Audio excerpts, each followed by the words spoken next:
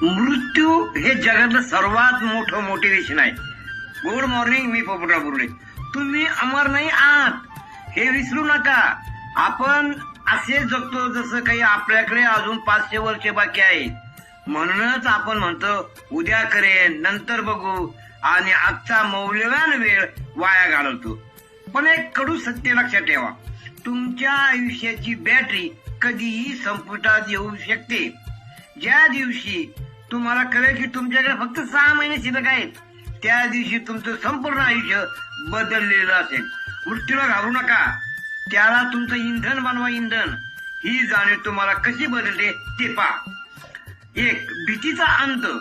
6 महिन्यांनी खेळ संपला हे माहीत असेल तर लोक काय म्हणतील याची भीती राहील का? नाही. तुम्ही बिझनेस सुरू कराल, आवडत्या व्यक्तीसमोर मन मोकळं कराल आणि मनसोक्त जगाल. भीती तुम्हाला जिवंतपणे मारते, मृत्यूची जाणीव तुम्हाला निडर बनवते. 2, वेळेची खरी किंमत काय. आज 3 तास रिलीज पाहण्यात गेले, पण वेळ कमी आहे हे माहीत असेल तर 1 सेकंदही वाया घालवणार नाही. महत्वाच्या गोष्टीवर फोकस आणि फालतू लोकांना आयुष्यातून बाहेर. मृत्यूची आठवण तुम्हाला फोकस ठेवते. 3, उद्याचा जुगार.